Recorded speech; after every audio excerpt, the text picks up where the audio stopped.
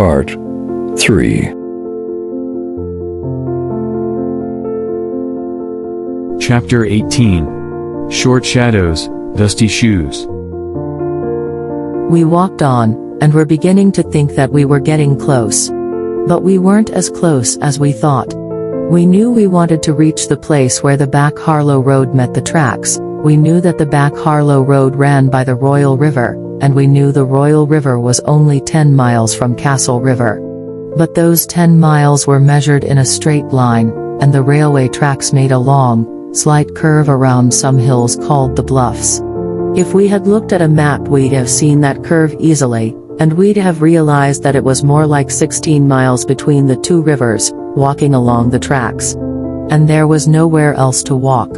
Chris began to suspect the truth when midday had come and gone and the Royal still hadn't appeared. We stopped while he climbed a tall tree and looked round. He came down and told us it was going to be at least 4 in the afternoon before we reached the Royal, if we moved fast. Jesus! Teddy swore. What are we going to do now? We looked into each other's sweaty faces. We were hungry and tired. The big adventure had turned into hard work. We were dirty and sometimes frightened. By now our parents would be wondering where we were, and the police might even be looking for us if Milo Pressman or the engineer on the train crossing the bridge had told them anything. We had been planning to hitchhike back to Castle Rock, but 4 o'clock was just 3 hours from dark and nobody picks up 4 boys in a backcountry road after dark. Finally Chris said, "It's still closer if we carry on. Let's go." He turned and started to walk along the tracks in his dusty shoes, head down, his shadow short at his feet. A few seconds later the rest of us followed, one after another. Chapter 19. A Serious Matter. I have sometimes wondered why we decided to walk from Castle Rock to Harlow on the railway tracks.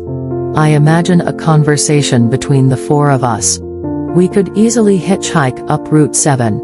I say, until it joins the back Harlow Road. With a little luck we'll find Ray Brower only a few hours after we leave. That's too easy, man, says Teddy, and Vern adds, don't be such a pussy. Gordy. It will really be something to walk along the tracks. Chris only smiles. So we didn't take the shorter way, the easier way. They say the effect of events can grow larger and larger as the years pass, so who knows? If we hadn't walked along the tracks, maybe Chris and Teddy and Vern would still be alive today. No, they didn't die in the forest or on the railway tracks. No one dies in this story except some leeches and Ray Brower, and he was dead before the story started, actually. But it is true that of the 4 of us who spun coins to see who would go down to the Florida market to get food, only the one who went is still alive, at the ripe old age of 34. Maybe we knew, or half knew, that going to see a dead body was a big thing, as big as sleeping with a girl for the first time. And the big things in life should never be easy, they should be marked in some way as important. You don't hitchhike to a thing like that, perhaps. So if walking along the tracks turned out to be harder than we had expected, maybe we thought that was right. Events had turned our trip into what we had always suspected it was, a serious matter. What we didn't know as we walked around the Bluffs was that Billy Tessio, Charlie Hogan, Jack Mudgett, Norman Fuzzy Brakowicz, Vince Desjardins, Chris's older brother Eyeball and Ace Merrill himself were all on their way to take a look at the body themselves. They were climbing into Ace's black 1952 Ford and Vince's pink 1954 Studebaker even as we started on the last part of our trip. Billy and Charlie had managed to keep their enormous secret for just about 24 hours. Then Charlie told Ace while they were drinking at the bar, and Billy told Jack Mudgett while they were fishing from the Boom Road Bridge. Both Ace and Jack had sworn to keep the secret, and that was how everyone in their gang knew about it by midday.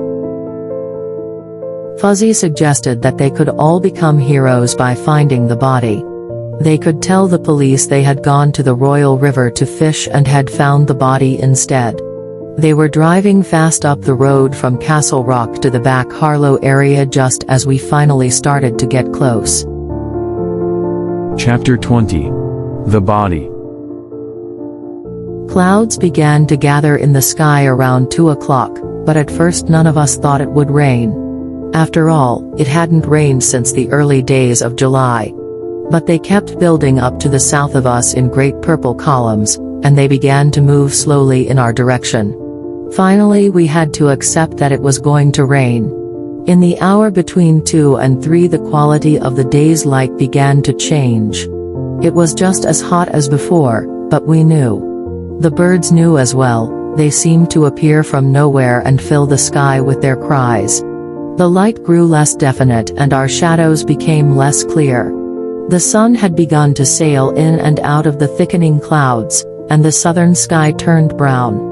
We watched the enormous thunderclouds come closer and threaten the land. Sometimes lightning flashed within the clouds and changed their purplish color to a light gray. Then we saw lightning flash down from the nearest cloud. It was followed by a long, shaking burst of thunder. We complained a bit about how wet we were going to get, but of course we were looking forward to it. It would be cool. And there would be no leeches in this water. Around 3:30 we saw running water through a break in the trees. "That's it!" Chris shouted happily. "That's the Royal." We began to walk faster. The storm was getting close now. The air began to move and the temperature dropped suddenly. I looked down and saw that my shadow had completely disappeared. We were walking in pairs again, 2 on either side of the tracks, so that we could look down both sides of the railway bank. My mouth was dry with nervousness. The sun finally sailed behind the clouds and didn't reappear. The light became dull. We could smell the river clearly, or perhaps it was the smell of the rain in the air. A sudden impossible flash of lightning lit the area, making me cry out and cover my eyes. I heard the tearing fall of some big tree about 60 yards away. The crack of thunder which followed made me stop for a second in fear.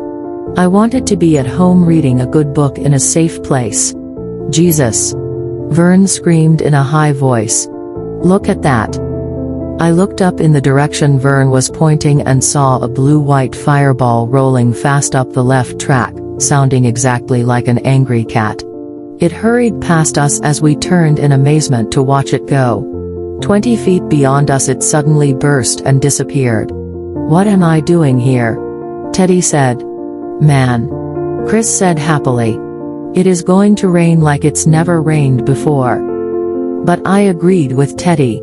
The sky was alarming. Lightning flashed down again and this time there was no pause before the following thunder. My ears were still ringing from the thunder when Vern began to shout, There he is. I see him. I can see Vern still, if I want to. All I have to do is sit back for a minute and close my eyes.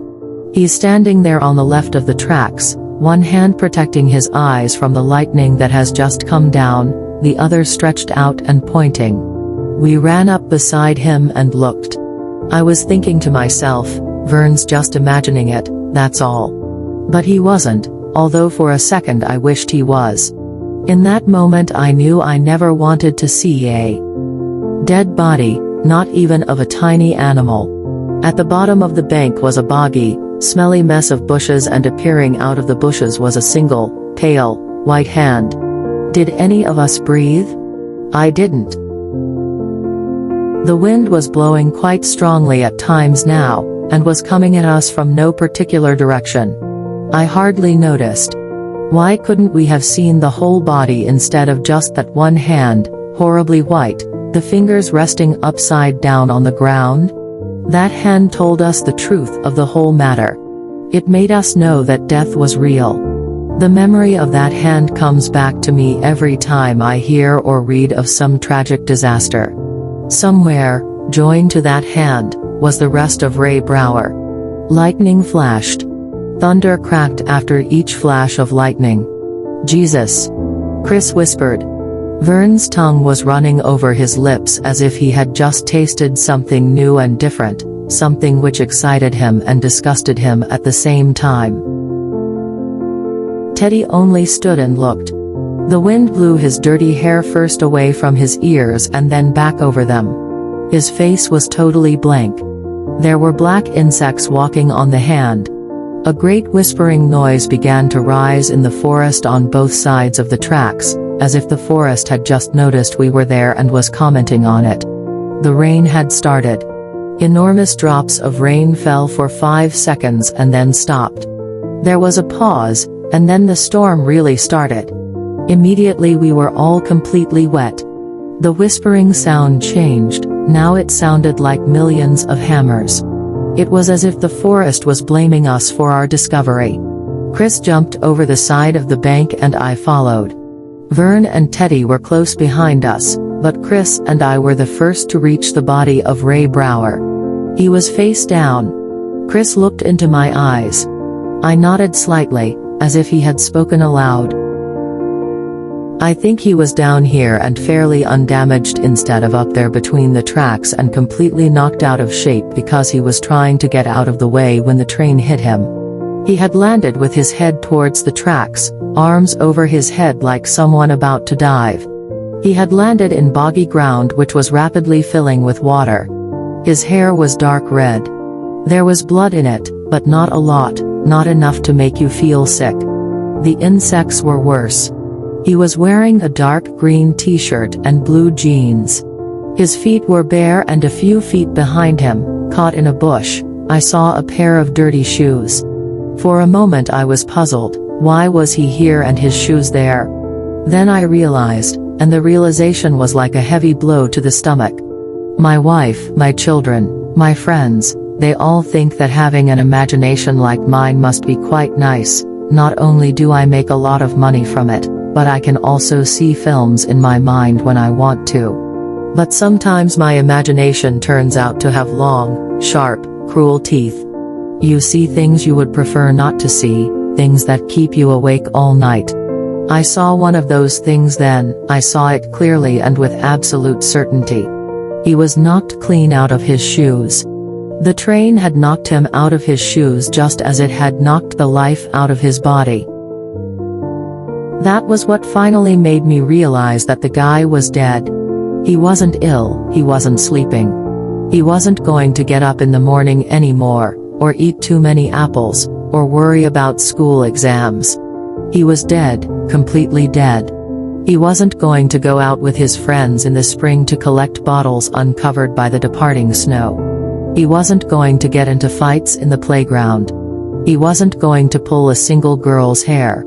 He was everything like wasn't, can't, don't, shouldn't, wouldn't, couldn't. He was one big knot. He was dead. I could go on all day and not explain the distance between his bare feet on the ground and his dirty shoes hanging on the bush. It was about 3 feet, it was millions and millions of miles. He was disconnected from his shoes and there was no hope of reconnection. He was dead.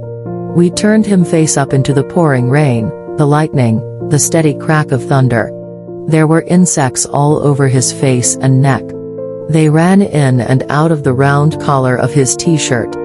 His eyes were open but horribly wrong, one was rolled back so far that we could see only white, the other stared straight up into the storm. There was some dried blood around his mouth and on his chin, and a wound on the right side of his face. Still, I thought, he didn't look too bad. I had once walked into a door my brother Dennis was pushing open, and I had looked worse than this. An insect came out of his mouth, walked across his cheek, stepped onto the leaf of a plant and was gone. Did you see that? Teddy asked in a high, strange voice. I bet he's full of insects. I bet his brains are. Shut up, Teddy, Chris said. Lightning lit up his one good eye. You could almost believe he was glad to see us, boys his own age. His body was swollen and there was the slight smell of some gas. I turned away. I was sure I was going to be sick, but my stomach was dry and steady. I pushed 2 fingers down my throat, trying to make myself puke, wanting to, needing to. But nothing happened. The noise of the rain and the thunder had completely covered the sound of cars approaching along the back Harlow Road, which lay a few yards beyond this boggy area. It also covered the sound of them pushing through the trees and the bushes. The first we knew of them was Ace Merrill's voice calling above the noise of the storm, saying, "What have we got here?" Chapter 21. Ace Merrill. We all jumped in surprise and Vern cried out. He admitted later that he thought, just for a second, that the voice had come from the dead boy. On the far side of the boggy area, where the forest started again and hid the end of the road, Ace Merrill and Eyeball Chambers stood together. "Hell," Eyeball said. "That's my little brother." Chris was staring at Eyeball with his mouth open. His wet shirt was still tied around his waist. His backpack, darker green now because of the rain, was hanging against his bare back. "You go away? Rich," he said. "We found him." "It doesn't matter. We're going to report him." "No, you're not," I said. I was suddenly angry with them. I was determined that this one time the older guys weren't going to just take something from the younger ones. They had come in cars. I think that's what made me angriest.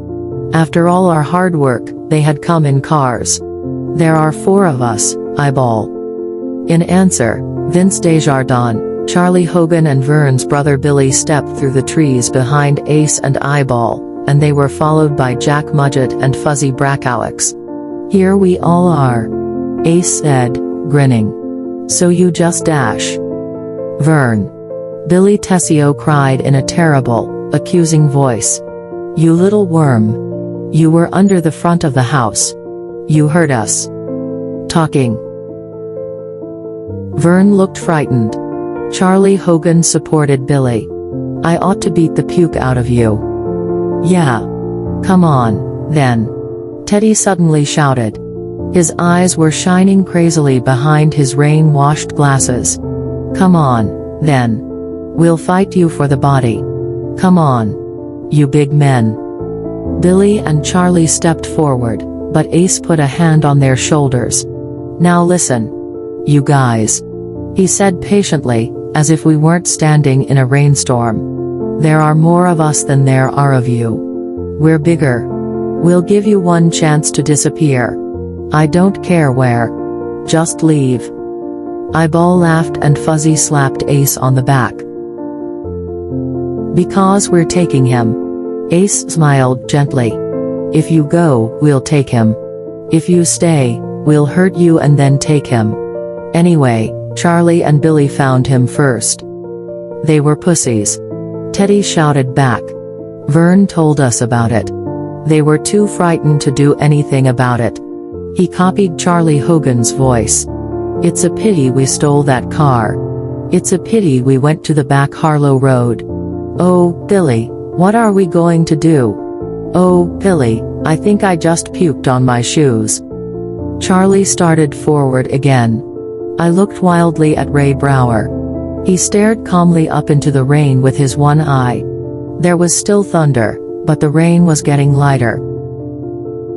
"What do you say, Gordy?" Ace asked. He was holding Charlie lightly by the arm. "You must have at least some of your brother's sense. Tell these guys to go away. I'll let Charlie beat up the one with glasses a bit, but that's all. What do you say?" He was wrong to mention Denny. I had wanted to explain that we had really found the body first, since Charlie and Billy hadn't been interested. I wanted to tell him about the train on the bridge, about Milo Pressman and his fearless but stupid dog, about the leeches. I wanted to say, "Come on, Ace, be fair." But he had to mention Denny, and instead of a reasonable argument, what I heard coming out of my mouth was certain death. "Go to hell, Ace," I said. Ace's mouth formed a perfect O of surprise. Everyone, on both sides of the bog, stared at me in amazement. Then Teddy screamed happily, "That's telling him. Gordy. Yeah, man. I stood still, unable to believe what I had done. I was like an actor on stage who has just spoken the wrong words. Out of the corner of my eye I saw that Chris was digging in the bottom of his backpack, but I didn't immediately understand. Okay, Ace said softly. Let's get them. Don't hurt anyone except the LeChance boy. I'm going to break both his arms. And he meant it. They started to walk towards us through the rain. Jackie Mudgett took a knife out of his pocket. Vern and Teddy dropped into fighting positions on either side of me. Teddy did so eagerly, Vern with a desperate look on his face. Ace and his gang moved towards us in a line through the mud. The body of Ray Brower lay at our feet. I got ready to fight. And that was when Chris used the gun he had taken from his father's desk. Kablam! God, what a wonderful sound that was. Charlie Hogan jumped up into the air. Ace Merrill, who had been staring straight at me, turned round and looked at Chris. His mouth made that O again. Eyeball looked amazed. Chris, that's Daddy's gun, he said. He's really going to hurt you for that. That's nothing compared to what you'll get, Chris said. His face was horribly pale and his eyes flashed. You all know Charlie and Billy didn't want to come at first. We wouldn't have walked all the way out here if they were going to come. They just went somewhere and puked the story up and let Ace Merrill do all the thinking. His voice rose to a scream. But you aren't going to get him. Do you hear me? Now listen, Ace said. You'd better put that down before you shoot your foot off. You haven't got the courage to shoot a mouse. He began to walk forward again, smiling the gentle smile as he came.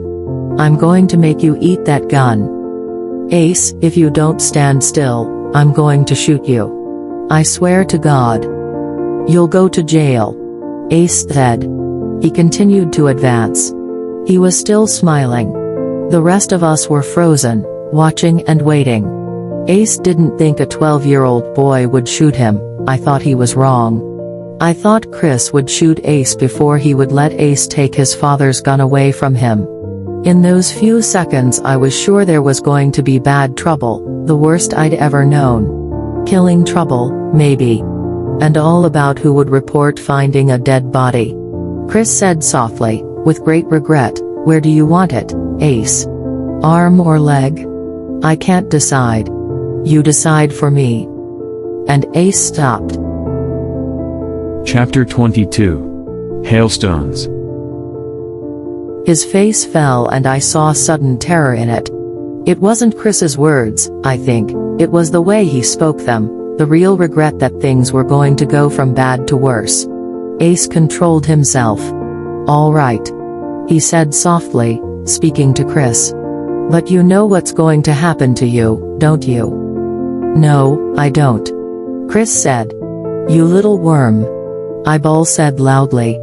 You are going to end up in hospital. Kiss my ass. Chris told him.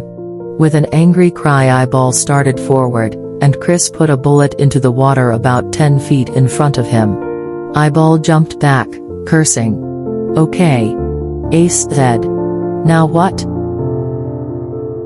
Now you guys are going to get back into your cars and go back to Castle Rock. After that, I don't care. But you aren't getting him. He touched Ray Brower lightly with his foot. Do you understand? But we'll get you. Ace said. He was starting to smile again. Don't you know that? We'll hurt you. Sincerely. I can't believe you don't know that. Oh, why don't you go home and... Then the storm came back and the sound drowned out his words. This time the storm was even stronger, and this time it was hail instead of rain. The hailstones were enormous, and the sound they made when they hit the leaves and the trees was unbelievably loud. Stones began to hit my shoulders, it felt as if some evil creature was throwing them, intending to hurt. But the hailstones also began to hit Ray Brower's face with an awful sound, as if they were sinking into him. Vern gave in first. With a scream he ran up the bank. Teddy waited only a minute, then followed Vern, his hands held up over his head. On the other side Vince Desjardins disappeared back under the cover of some trees and Fuzzy Brackoux soon joined him. But the rest of them stayed where they were and Ace began to grin again. "Stay with me, Gordy," Chris said in a low, shaky voice. "Stay with me, man. I'm here. Go away now," Chris said to Ace, and he was able by some magic to get the shaking out of his voice. He sounded as if he was giving instructions to a stupid child. "We'll get you," Ace said. "We won't forget this." "Okay," Chris said. "That's another day. We're going to enjoy getting you. Chambers. We'll dash. Get out of here," Chris suddenly screamed, and pointed the gun. Ace stepped back. He looked threateningly at Chris for a moment longer, nodded, then turned round. "Come on," he said to the others. He looked back over his shoulder at Chris and me once more. "We'll see you later." They went back into the trees between the bog and the road. Chris and I stood perfectly still, in spite of the hail which was so hard that it was making our skin red and which was piling up all around us like snow. We stood and listened until we heard the sound of the engines of 2 cars. Chris went and checked that they were really gone. When he came back he said, "We did it." I was shaking all over. We looked at each other warmly for a second and then looked down together. A nasty thrill of fear shot through me and the sound of Chris moving his feet let me know that he too had seen it. Ray Brower's eyes had become wide and white, as if he was staring blindly. A second later I understood what had happened, but understanding didn't make the horror less. His eyes had filled up with round, white hailstones. Now water was running down his cheeks as if he was crying. Chris and I just looked at each other helplessly. Branches cracked behind us. I spun round, sure that Ace and the others were coming back, but it was Vern and Teddy. "What are we going to do, man?" Chris asked. He was still looking down at the body and I didn't know whether he was talking to me or to it. "We're going to take him back, aren't we?" Teddy asked, puzzled. "We're going to be heroes. Isn't that right, man?" He looked from Chris to me and back to Chris again. Chris looked up as if he was suddenly waking up from a dream. He walked over to Teddy and pushed him in the chest so hard that he fell down in the mud. "You shut up," Chris said. "You pussy." It was the hail. Teddy cried out, angry and ashamed. "It wasn't those guys, Chris. I'm frightened of storms. I can't help it." He began to cry, sitting there in the mud and the water. "What about you?" Chris asked, turning to Vern. "Are you afraid of storms too?" Vern shook his head, surprised by Chris's anger. "No, man. I thought we were all going to run." "But you ran first, you pussy, so how did you know we were all going to run?" Vern swallowed nervously and said nothing. He turned to me. "We're going to carry him back, Gordy." "If you say so, Chris. But what if those guys?" "I don't care about those guys. You are all pussies. Chris, they could call the police, for revenge." "I don't care." He screamed, and leapt at me. But one of his feet hit Ray Brewer's body. He fell to the ground and lay in the exact position Ray Brower was lying. I looked wildly at Chris's feet to make sure his shoes were still on. Then he began to cry and scream, beating his hands and feet on the wet ground. Teddy and Vern were staring at him in amazement, because nobody had ever seen Chris Chambers cry before. After a moment or two I walked back to the bank, climbed it and sat down on one of the tracks. Teddy and Vern followed me. There we sat in the rain. Chapter 23. A 20-year-old dream. It was 20 minutes before Chris climbed the bank to sit down beside us. The clouds had begun to break and in places the sun was shining through. Chris was covered in mud from head to foot. "You're right, Gordy," he said. He doesn't belong to anyone. I nodded. 5 minutes passed. No one said anything. Then I had a thought, what if they did call the police? I went back down the bank and over to where Chris had been standing. I got down on my knees and began to search through the water and grass with my fingers. What are you doing? Teddy asked, joining me. To your left, I think. Chris said, and pointed. I looked, and after a minute or two I found both cartridges. They flashed in the sunlight. I gave them to Chris. He nodded and pushed them into his pocket. Now we go. Chris said. No, man. Teddy cried. I want to take him. Listen, stupid, Chris said. If we take him back we could get into real trouble. Gordy was right. Those guys could tell any story they wanted. What if they said we killed him? How would you like that? Teddy was silent. We're going to walk fast back to the bridge. Chris said.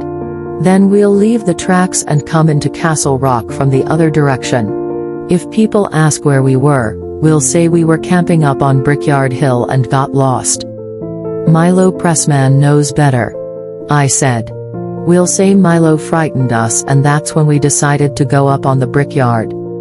I nodded.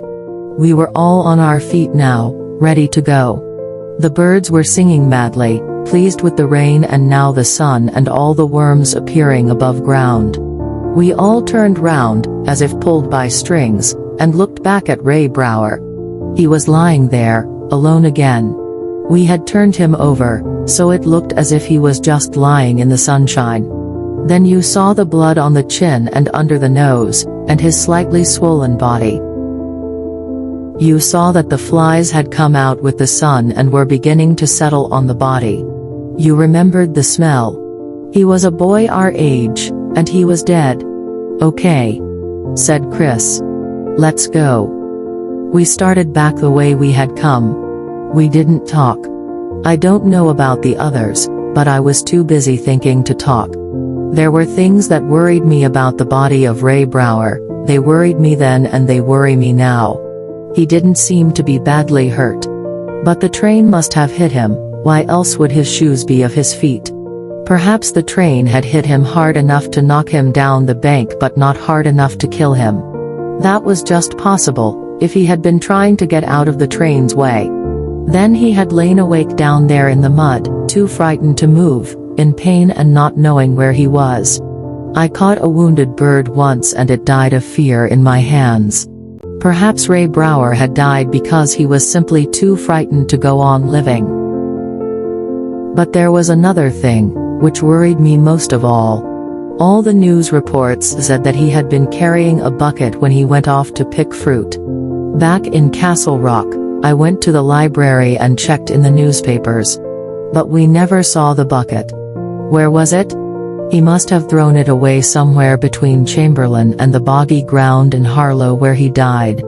He must have thrown it away when he was just too lost and frightened to go on carrying such a useless object. I've thought of going back to look for the bucket. I've thought of driving to the end of the back Harlow Road and chasing a 20-year-old dream. I get my backpack out of the car, take off my shirt and tie it around my waist. I find the boggy ground. Is the grass growing yellow there in the shape of a human body? Of course not, there's no sign. Then I climb the bank up to the now rusty tracks and rotted wood and start walking towards Chamberlain. I feel sure that somewhere, to one side of the tracks, I would find the bucket. It would show that there had once been a 13-year-old Gordon LaChance. It's a stupid idea, of course, but the line between childhood and adulthood is narrower than most people like to think. And at times we all feel closer to the children we once were than to the boring, sensible adults we have become. And I remember those days at the end of that summer so well, and I think, that boy was me. And then the fearful thought comes, which boy do you mean? Chapter 24. Love Has Teeth. We got back to Castle Rock a little past 5 o'clock on Sunday morning. We had walked all night. Nobody complained, although our feet hurt and we were unbelievably hungry. We crossed the bridge in safety, passed through the dump with no sign of Milo Pressman and the now not so awful chopper, and finally reached town. We stood in front of our tree house and looked at it, so that we didn't have to look at one another. At last Teddy said, "I'll see you in school on Wednesday. I think I'm going to sleep till then." "Me too," Vern agreed. "But Billy's going to get me." "So what?" Chris said. "Richie's going to get me and Ace is probably going to get Gordy and one of the others will get Teddy. But we did it." "That's right," Vern said. But he still sounded unhappy. Vern and Teddy left. I hesitated for a second before going home, and Chris said, "I'll walk with you." "Okay." We walked for a while without talking. Castle Rock was wonderfully quiet in the day's first light. I almost expected to turn a corner and see my dear standing there. Finally Chris spoke. "Vern and Teddy will tell others," he said. "Yes," I said. "But not today or tomorrow, if that's what you're worried about. Maybe not for years." He looked at me, surprised. "At first they won't know what to say," I explained. "And then it will start to seem like a dream and they'll be too embarrassed to talk about it, and then. It sounds crazy, but I think they'll almost forget it ever happened." He nodded. "You see through people, Gordy." We had reached the corner of my street. I wanted to say something more to Chris and didn't know how to. "Shake hands, man," he said, sounding tired. "Chris dash. Shake." We shook. "I'll see you." He grinned. "Not if I see you first." He walked off, still laughing, as if he didn't hurt like me and wasn't covered in insect bites, as if he didn't have a care in the world, and wasn't returning to a dirty 3-room house with no running water and broken windows covered with plastic. Even if I had known the right thing to say, I probably couldn't have said it. Talking destroys the effects of love. Love isn't soft, like those poets say. Love has teeth which bite and the wounds never close. No word can close those love lights. In fact, if the wounds dry up, the words will stop too. Chapter 25. Empty Kitchen. Back home the kitchen was empty. I took off my clothes and washed all over, until the skin began to hurt. I made myself an enormous breakfast. While I was eating, my mother came into the kitchen. "Gordon, where have you been?" "Camping," I said. "We started in Vern's field and then went up the Brickyard Hill. Vern's mother said she would speak to you. Didn't she?" "She probably spoke to your father," she said, and walked over to the cupboard. She sighed. "I miss Dennis most in the mornings," she said. "I always look in his room and it's always empty." "That's terrible," I said. "He always slept with the curtains open and the blankets." "Gordon? Did you say something?" "Nothing important, Mom." Chapter 26. Some people drown. The story never did get out. Ace Merrill phoned the police without leaving his name, and that's how they found the body. Neither his gang nor ours became heroes. Milo Pressman never said a word. Chris's dad hadn't noticed that Chris was gone, he was too drunk. Teddy's mum got worried on the second night and called Vern's mum. Vern's mum said that we were in the field. She knew because she could see the lights on in the tent. Teddy's mum said she hoped no one was smoking cigarettes in there. Vern's mum said she was sure none of Vern's or Billy's friends smoked. So the story never came out, but that wasn't the end of it. One day near the end of the month, when I was walking home from school, a black Ford stopped in front of me. I knew straight away whose car it was, before Ace and Fuzzy got out of it. I dropped my school books and ran, but they caught me within a few yards. If an old lady hadn't come out of her house, I don't know what would have happened. As it was, they broke my nose and 2 fingers, as well as giving me a large number of minor injuries. Chris's brother broke his arm in 2 places and left his face as colorful as a sunrise. Teddy and Vern were hurt too. Various stories went round the school, all wildly wrong. When the injuries mended, Vern and Teddy just drifted away. They had discovered a whole new group of people our age who would do what they said. They started bringing them to the tree house, and Chris and I started going there less and less. I think the last time I went there was in the spring of 1961. Teddy and Vern slowly became just 2 more faces in school. We nodded and said hi. That was all. It happens. Friends come in and out of your life like waiters in a restaurant. But when I think of that dream, the swollen dead bodies under the water pulling at my legs, it seems right that friends should come and go. Some people drown. It's not fair, but it happens. Some people drown. Chapter 27. Tears for a Friend.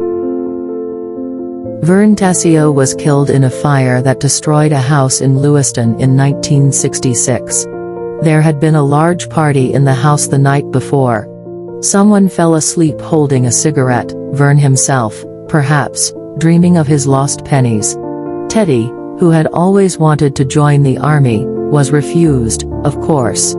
Everyone knew he would be, because of his eyes and his ears, everyone except Teddy.